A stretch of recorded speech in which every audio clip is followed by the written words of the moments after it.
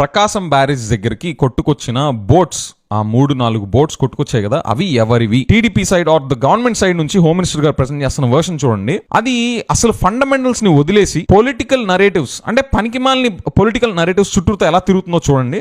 నేను చాలా fundamental questions నేను రైజ్ చేస్తాను. చూడండి హోమ్ మినిస్టర్ గారు ఏం చెప్తున్నారు. ప్రకాశం బ్యారేజ్ డిస్ట్రాయ్ చేయడానికి అక్కడికి పడవలు కొట్టుకొచ్చినాయి అంటే పడవలు కొట్టుకురావడం కాదు, కొట్టుకొచ్చేటట్టు చేశారు.